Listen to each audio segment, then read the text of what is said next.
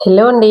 మీరైతే ice cream స్టిక్స్‌ని దేనికి వాడతారో, ice cream కాకుండా దేనికి వాడతారో కామెంట్ బాక్స్‌లో కామెంట్ చేసేయండి. నేనైతే ఈరోజు ఐస్ క్రీమ్ స్టిక్స్ తోటి మంచి క్లిప్స్ చేసి చూపిస్తానండి. చాలా బావుంటాయి. మనకు చిన్న చిన్న సాక్స్‌లకి, నాప్కిన్స్‌కి పెట్టుకోవడానికి చాలా బాగా యూజ్ అవుతాయి. దానికోసం ఇక్కడ ఐస్ క్రీమ్ స్టిక్స్ తీసుకొని 2 సమానంగా కట్ చేసుకోవాలి. ఒక స్టిక్‌ని తీసుకొని ఇలా కట్ చేసుకున్న దాన్ని ఒక రబ్బర్ బ్యాండ్ వేసేసుకోవాలి.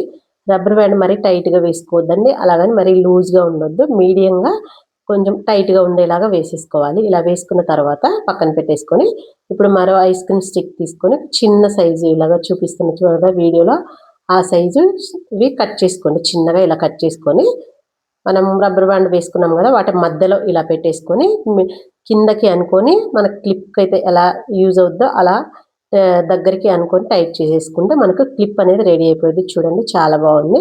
మిగతాయి కూడా ఇలాగే అన్ని క్లిప్స్ రెడీ చేసేసుకున్నామంటే మనకి వర్షాకాలంలో ఇంట్లో వేసుకుంటాం కదా కొన్ని బట్టలు సాక్స్‌లకు కానీ, నాప్కిన్స్ కానీ, పిల్లల చిన్న చిన్న బట్టలకు కానీ దేనికైనా చాలా బాగా ఉపయోగపడతాయండి. చాలా చాలా బావున్నాయి. మీరు ట్రై చేయండి. ట్రై చేసి ఎలా వచ్చిందో కామెంట్ చేయండి. వీడియో నచ్చితే లైక్ చేయండి.